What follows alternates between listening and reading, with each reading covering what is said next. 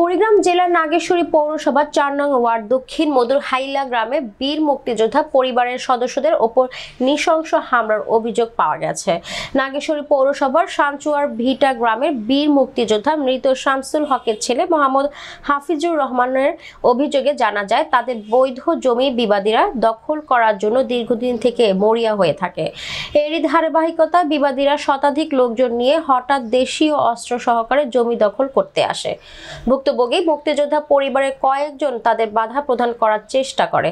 বিবাদীরাও তাদের বাধা উপেক্ষা করে নারী পুরুষসহ ৮ জন থেকে ১০ জনের মুক্তিযোদ্ধা পরিবারের সদস্যদের প্রকাশ্য দেশীয় অস্ত্র দিয়ে কুপিয়ে গুরুতর আহত করে চলে যায়। পরে ভুক্তভোগীদের স্বজনরা আহতদের নাগেশ্বরী সরকারি হাসপাতাল, কুড়িগ্রাম সদর সরকারি হাসপাতাল এবং ২ জন গুরুতর আহতের রংপুর মেডিকেল ভর্তি করা হয়। অভিযোগ সূত্রে জানা যায়, মুক্তিযোদ্ধা পরিবারের সদস্যদের হত্যার উদ্দেশ্যে যারা জড়িত তারা হলো মন্তাজ আলীর ছেলে নূর আলম মাস্টার, মৃত নুরুল মুক্তারের ছেলে বাদল সাব রেজিস্ট্রার রানু মিয়া, আনসার আলীর ছেলে বাবলু মিয়া, আনোয়ার হোসেন, নূর আলমের ছেলে স্বপন মিয়া, বাবলু মিয়ার ছেলে রনি মিয়া, ঘুতু মিয়ার ছেলে ফজলু মিয়ার ছেলে আশরাফুল, একরামুল হক, আবুল হোসেন খন্দকারের ছেলে রেল পুলিশ ফারুক হোসেন সহ আরো অনেকে, যা অভিযোগে উল্লেখ আছে। অভিযোগকারী পশ্চিম সাঞ্জুয়ার ভিটা গ্রামের বীর মুক্তিযোদ্ধার সন্তান ও ভুক্তভোগী নূর আলমের ভাগিনা হাফিজুর রহমান এবং আহত অনেকেই বলেন, আমরা বীর মুক্তিযোদ্ধা পরিবারের সদস্য হয়েও আজ অসহায়। দীর্ঘদিন ধরে অভিযুক্তরা কাগজ ছাড়াই গায়ের জোরে জমি দখলে নেওয়ার চেষ্টা করছে। ওরা টাকা পয়সাওয়ালা লোক, এই জন্য সব সময় হুমকি দিয়ে আসছে। তারই ধারাবাহিকতায় রাম দা চাইনিজ কুড়াল, লাঠি শটান সহ দেশীয় ধারালো অস্ত্র নিয়ে আমাদের পরিবারের ওপর আক্রমণ করে নারী পুরুষ সহ অনেককে রক্তাক্ত করে। ভুক্তভোগী বীর মুক্তিযোদ্ধার সন্তান হাফিজুর রহমান বলেন, এর আগে আমার বড় মামাকে গুম করার অভিযোগ বিভিন্ন দপ্তরে দেওয়া আছে, কিন্তু তাদের টাকার জোরে আমরা বারবার হেরে যাচ্ছি।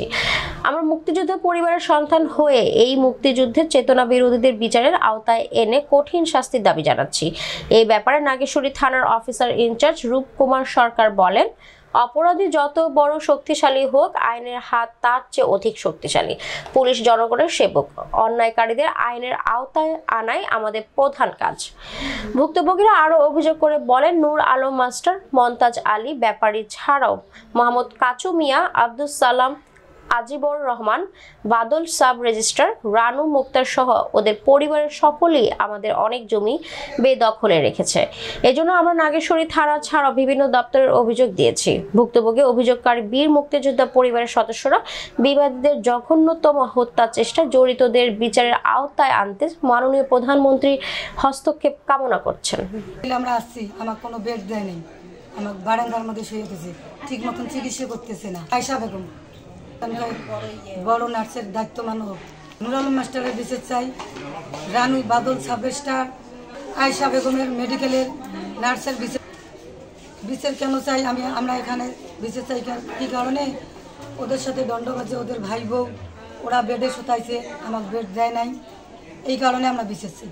আমরা মুক্তিযোদ্ধার সন্তান হয়ে যদি এখানে বেড না পাই, তাহলে বেড পাবে কে, চিকিৎসা পাবে কে?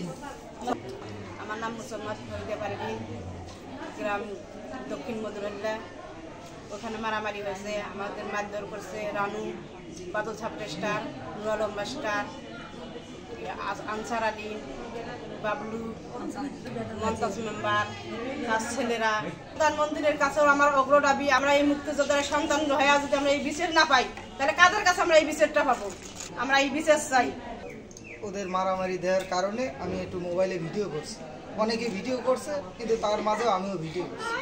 কিন্তু আমি ভিডিও করার পরে ওরা আমাকে ফলো করছে যে আমাকে মারধর করবে। আমি বাড়ি চলে আসতেছি, হঠাৎ রাস্তায় আক্রমণ করছে ওরা সবাই, লাঠি কুড়াল, তারপরে রড সেল, এগুলো নিয়ে অনেক মারামারি করার পরে জোর করে আমাকে হস্তানস্ত করার পরে আমাকে টাকা মোবাইল সব কাইরে নিয়েছে। আমার কাছে টাকা ছিল হলো 96,500 কয় টাকা বানছিল, হয়তো 515 টাকা না 16 টাকা ছিল। তা ওই টাকা পয়সা সবাই নিছে, মোবাইল নিছে। মোবাইল যদি না দিতাম ওরা আমাকে হয়তো মেরেই ফেলত।